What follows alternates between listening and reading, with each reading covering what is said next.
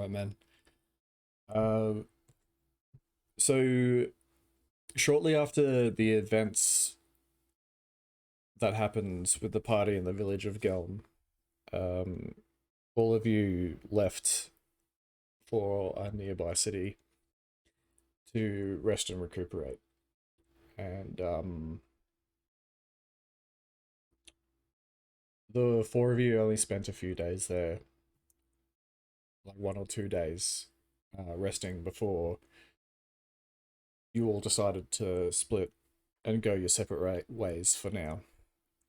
Each member of the party having personal business that they were looking to attend to, leaving you, Charred, alone in an unfamiliar city in an unfamiliar land, with nothing, with nothing but a promise to meet in a city called Myron and a date.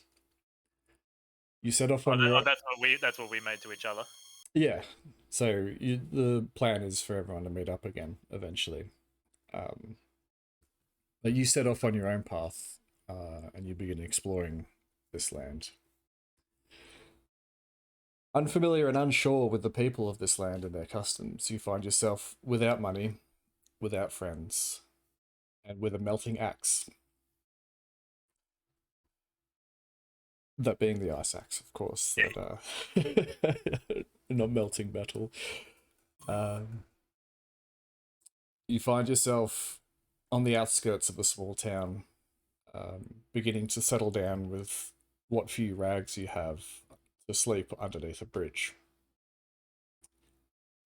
Before you can close your eyes, however, a wispy figure made of like mist or fog sort of appears next to you out of nowhere. You recognize the figure. He is your grandfather, Teratar. He was the shaman of your tribe when you were a child, but he died many years ago. He stares at you for a moment, eye level with you, before reaching out and smacking you across the head. Nice. You're gonna ignore the goddess. You're gonna ignore the task the goddess set for you, son. Stupid boy, moping about these foreign lands. How you gonna become a man, eh? Sorry. Oh, I love how he's Jamaican. Got me. I'm sorry. Oh, son. Son, yeah. Oh, I think I nearly had a heart attack.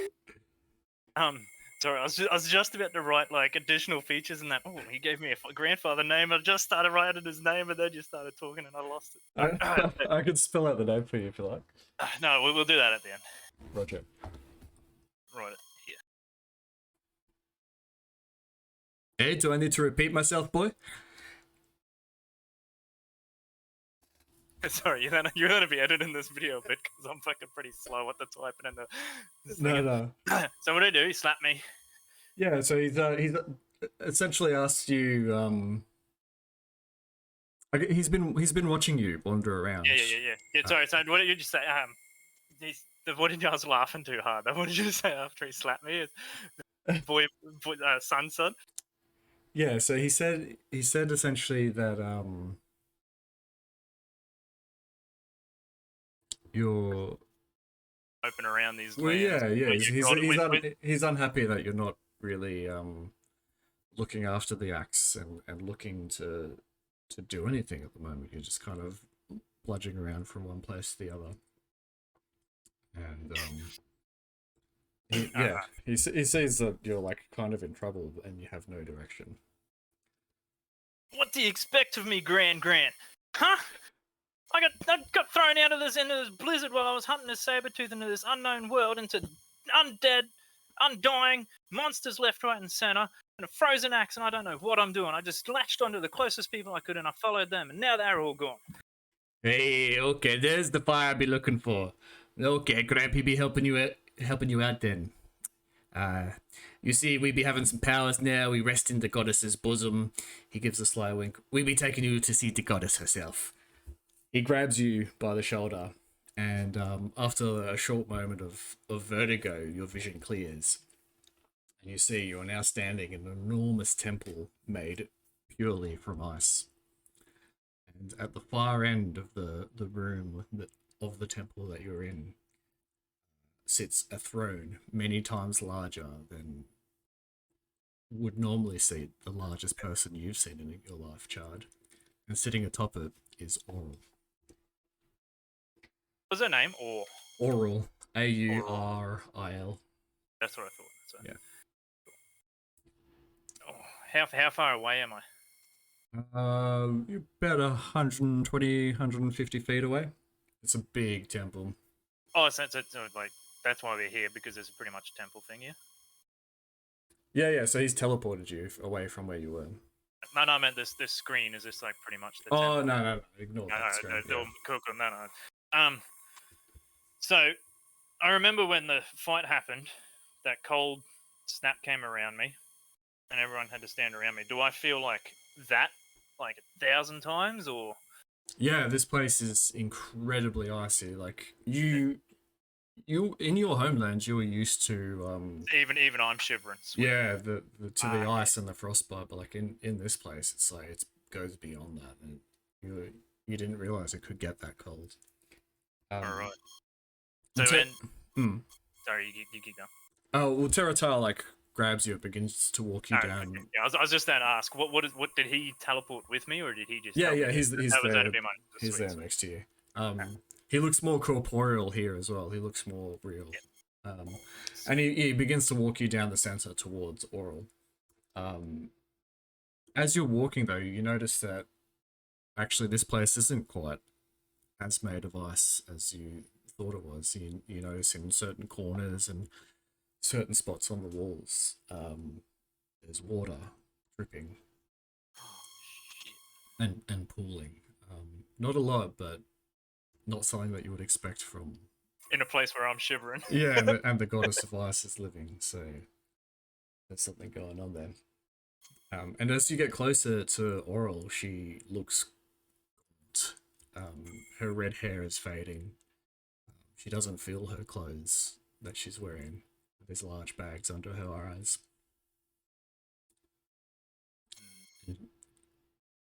As you get to the point where you think you should maybe stop, Oral begins speaking. Her voice, obviously I can't do it, but her voice echoes around you and through you. You definitely know you're speaking to a god. Wow. Charred, I am dying. My place in this world has been precarious for many thousands of years. The decline of your people, my people, is but a symptom of the illness. I made a choice long ago to help those gods that are yet to exist, and I have been slowly bled dry by those who think that losing part of their power to a child is not something they wish. You are my chosen champion, Charred. I'm sorry to say it is not for your charms or intellect that I chose you, but simply your raw strength. I require you to challenge the Avatar of Lathander in the humans' capital of Ark-Thumil and take from it that which it has been guarding, my heart. Place it within your axe and take both to the peak of Mount Garundar, the tallest mountain in this plain. To help you against Lathander's avatar, use this. She reaches out a hand, and a small black egg with white glowing cracks appears floating above her hand, her outstretched hands, and it floats down to you. Break this in front of the avatar, and you will find the fight easier. She waves you and Terratar away, and Terratar grabs you by the shoulder, and you awake back under the bridge with your grandfather still next to you. Well then, shall we be on our way, son of my son? Sorry. I was trying to type all that down. So, I was just saying, I didn't want to interrupt you, but like as soon as that voice started going in my head, he pretty much knelt straight down. He knows his place to her. Yeah. Okay. No. Yeah. So. Just at the ambience. He wasn't standing there arrogantly the whole time. He pretty much knelt down, like axe holding up for her. What was it? Sorry, a black egg floaty cracks. Yeah, a small black egg with white glowing cracks. All right, Arc Fennel. And what was the place we were meant to meet up in? What was it? A month. I'll message all of that to you once we finished, if that's alright. I just try and have it so I can remember what I'm actually doing. Yeah, no worries, dude. Yeah, of course, it's fine. But when was I meeting up with them? It's maybe 1.5 months away from now. Cool. All right. And what was the city? The city that you were meeting in. Yeah. I got the Marin. Marin. All right. What did he say? Sorry. Well then, shall we be on our way, son of my son? I was looking forward to my nap, but we might as well get going. Cheer, boy. But first question, Grandpappy. Yeah, go on. What way is Marin? So, what direction would Marin be? He lifts his arm up and like you don't know your north. It's the middle of the night, so you don't know your north, south, east, or west at the moment. And he just points. Yeah, it'd be over there. Cool. Oh shit. So am I tired? Like I've been walking all day and all that, haven't I? Or do I feel refreshed after? No, you're definitely refreshed. Now that you're out of the Temple of Oral, you feel like the ice of the place has like reinvigorated you. Sweet. All right. And I'm just out the outskirts of a town, aren't I? Yeah, a small town. I haven't walked into that town yet. No. But your grandpappy knows the way. He's like already kind of tugging at you and like leading the way. Oh, okay, sweet. I thought he was just pointing and then he was just gonna disappear. If we start going, sorry. Oh, were you asking where Marin was or Arkthonel? Yeah. No, Marin. No, Marin is where you're going to meet up with the rest of your party. Yeah. Okay. So I'm going. You have to go to Arkthonel now. Okay. Sorry. I'm with you. Then. Okay. I'm with you. So just when you said like you got to fight Lathander and all that stuff, and I was like, oh, obviously, that's the next fight. That's my bad for not making it clear. No, it's happening now, and your grandfather's taking you there now. All right, I start jogging. Let's just start jogging to Arkthonel. And so yeah, like a couple of panorama shots here of changing landscape and scenery, and then I don't know because I don't know much. I go, Grandpappy, who is Oral? What is she? What did he say? We're the last of her people. Yeah, so your tribe has slowly been shrinking over the years. Yeah. Tucked away in like the frozen wasteland. Only contact as dwarves and giants. Yeah, like where you've been. There's and your tribe is like very. It just seems every year that there's less people born than die, and it's just sort of been slowly shrinking over the years. And he says to you, he like as you're kind of jogging along and he's jogging along next to you, or more just kind of floating along and relaxing. He like reaches out and smacks you. He's like, "Hey, but boy, you'd never be listening to my lessons, eh?" All right, then. You know I never listened, Grandpappy. You know I only cared about the hunt. I let Grampy tell you what's up. And he relates to you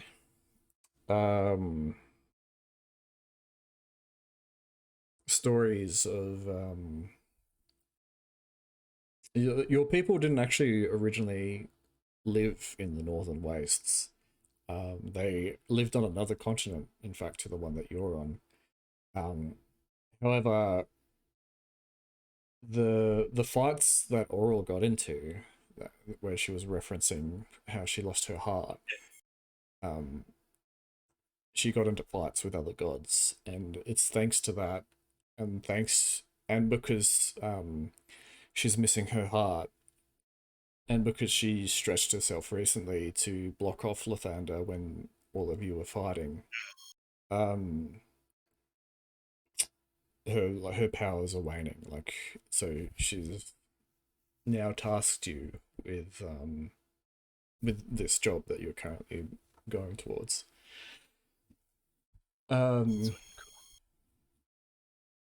Yeah, and it was during these fights or wars between the gods, your people and their people and so on. You had to relocate to survive, and but yeah, you've been in decline.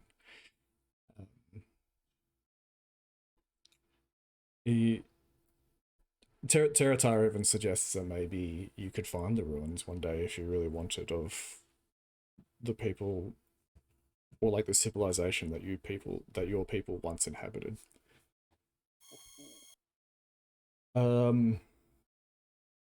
Yeah, after traveling some time with your grandfather, you both arrive within an arc Thumil, and you currently stand outside of the largest temple within the city, the Temple of Lathander. Just in case you're wondering, no one else has been able to see your grandfather during these travels. You're the only one that's been able to see him. Sweet. The temple itself is quite imposing. It's almost, looking from the outside, it looks like it's almost as big as Aural's temple, where her godly body is manifest. So the humans, you could say, maybe in a bit of hubris, have made this rather large temple to Lathander. As you sort of go to step towards the front doors of the temple, Teratara puts a hand across your chest, and he says, Son of Sun, be waiting here a moment. That egg, do not use it. As to what it be, unknowable. But what will happen when you break it?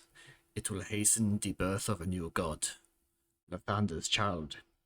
This is how Aural intends for you to weaken the Avatar, with this.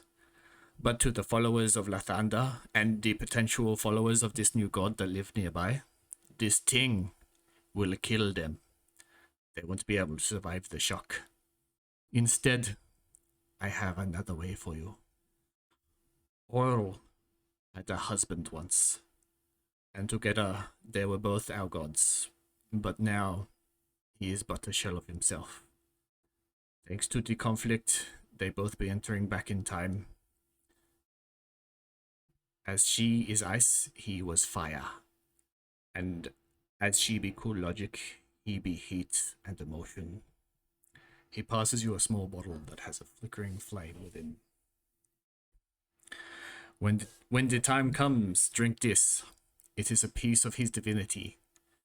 It will give you the ability to enter into his divine rage, but in return, your life will be shortened each time you use this.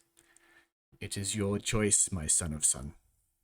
I cannot make you shorten your life, but I do not wish for the innocent's blood to be on your hands. This is my last lesson for you. He fades away. Shit. Phew, well, I guess I just one little last look at the fading awayness and just roll my shoulders and open the doors. Walk in. You're up. Ooh. As you... So the doors are enormous. They're easily, probably about...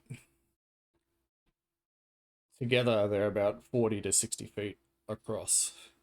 And, but we can say with your... I was going to say, I can roll a strength check if you want. No. With you know, with what feels in a way the weight of your world and your people on your shoulders, you find it easy to push these doors open and step straight into this sanctum of Lathander.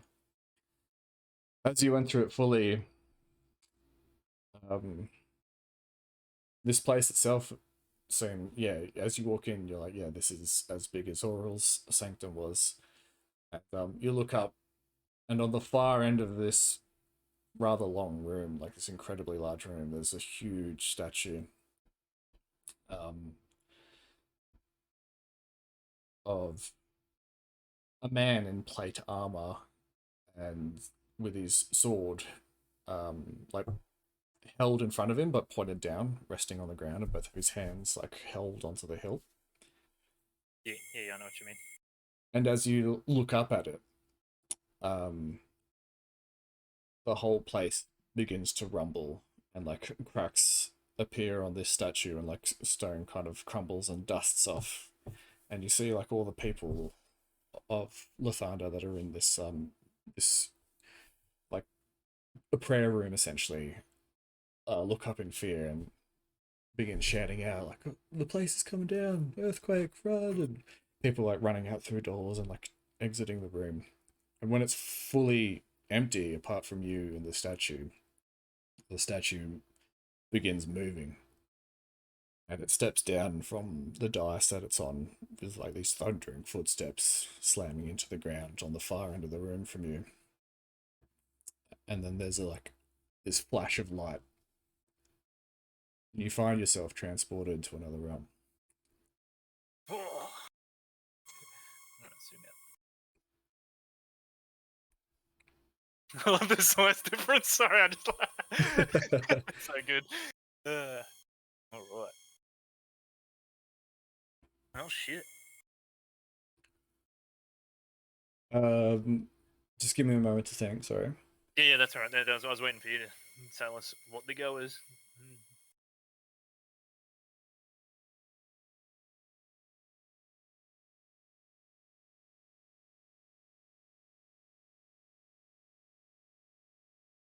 Okay. Yeah. So here it's no longer a statue. It's like this living, breathing,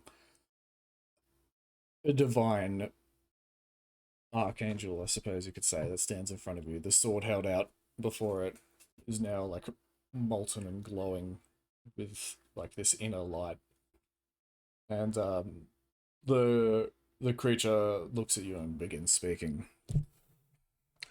Oral oversteps her bounds. You will only meet your death here, champion.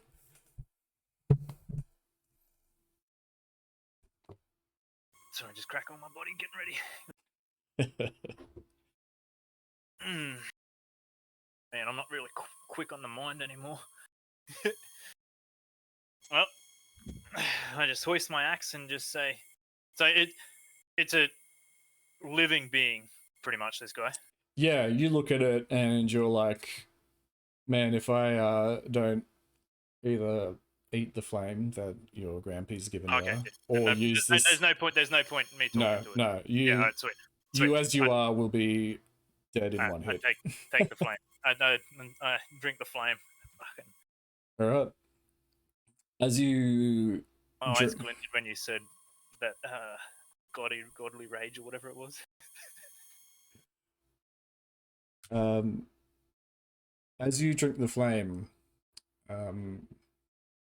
you find like it slips down your throat and it's warm. It's not burning or anything like that, and you feel it like settle in your stomach, and something about it just feels so right, like you've been missing something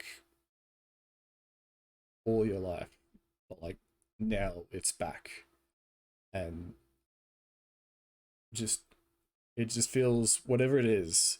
You've always felt Aural's touch in your homeland, and the ice of it, and like how cold it is, and like that's always felt right to you as well. But this feels more so, and perhaps that's got something to do with the fact that once your people worshipped two gods instead of one, and maybe the barbarians of your people would normally lean towards Aural's husband rather than Aural herself. And after a moment of it settling in your stomach, um, you feel yourself like become sundered and explode in this like enormous fiery wrath. And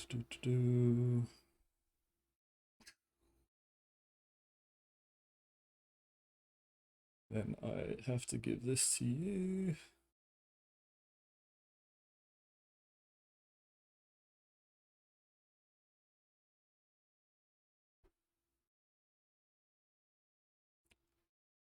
And suddenly you realize that the Avatar of Lathander has shrunk, or rather, it is you that has grown to the same size of him, and you have become one with the flame. Wait. You want me to open the charred Avatar of Flame, or is so? No, you just I still know who I am, right? Or yeah, am I yeah. like, You know, or am I like just you a rage you've machine now? you have entered into a barbarian rage, Ah, but one that goes kind of beyond that.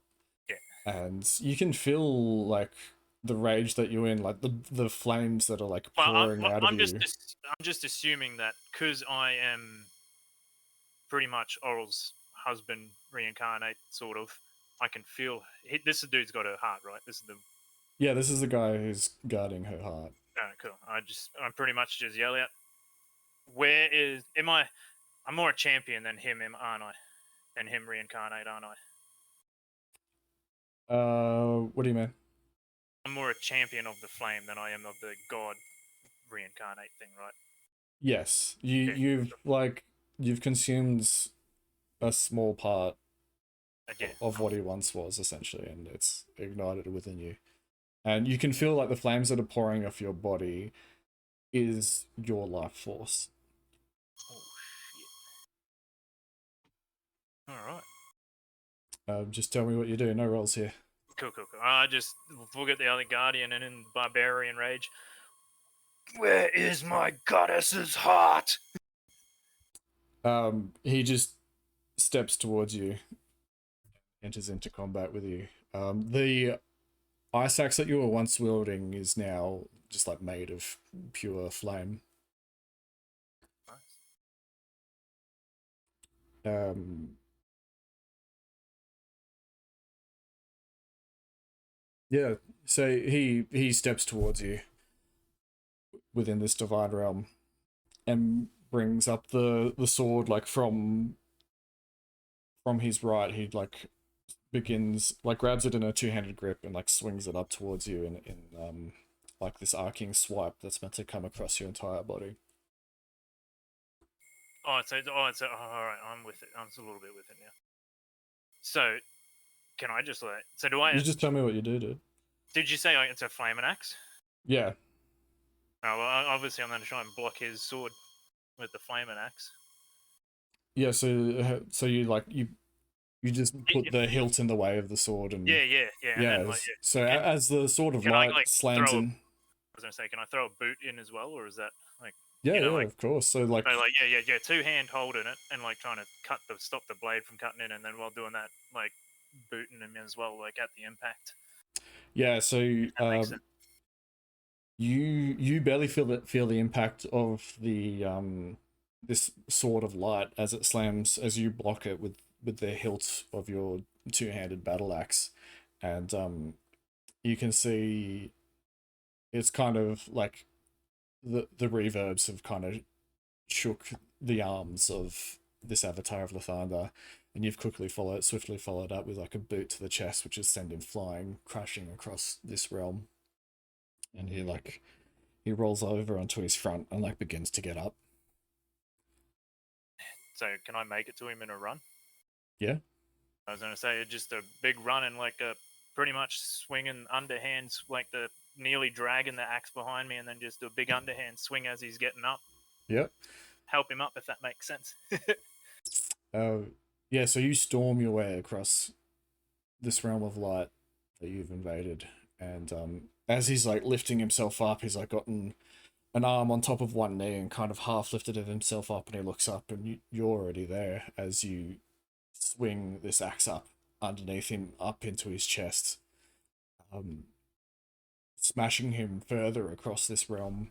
Pieces of his armor have gone flying, and this like golden drips of blood spurt across the landscape here, and he like smashes back down onto the ground, rolling a couple of times before coming still, and then he disappears in a flash of light, and then reappears behind you, and then like you feel a scorching. You feel as like the blade of light like scores across your back. And so now my turn. Yeah. All right. Well, I'm just trying to think. I've just done that. I was going to say, well, the axe would probably still be in the air, so I just kind of swing around and just bring it straight down on him. Yeah, of course. So two-handed? Yeah. Yeah, it would be, because he'd be pivoting around and holding it down just... Yeah, so, yeah, so you've, like, roared out in fury as the pain of this blade is cut across your bare back, and you've swung back around with, like, pivoted on your feet and come full 180, and then, like, two-handed grab your axe, bring it straight down onto the helm of this Avatar of Lathander, and cleaving him in two. It's burying your axe half into whatever this divine realm is made out of.